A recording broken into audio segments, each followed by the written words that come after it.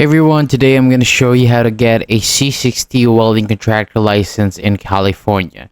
So this license allows you to perform gas and electric welding for residential, commercial, and industrial projects. So to qualify, you need at least 4 years of journeyman level welding experience, meaning you can work without any supervision. You must also be at least 18 years old and you have a social security number or an ITIN.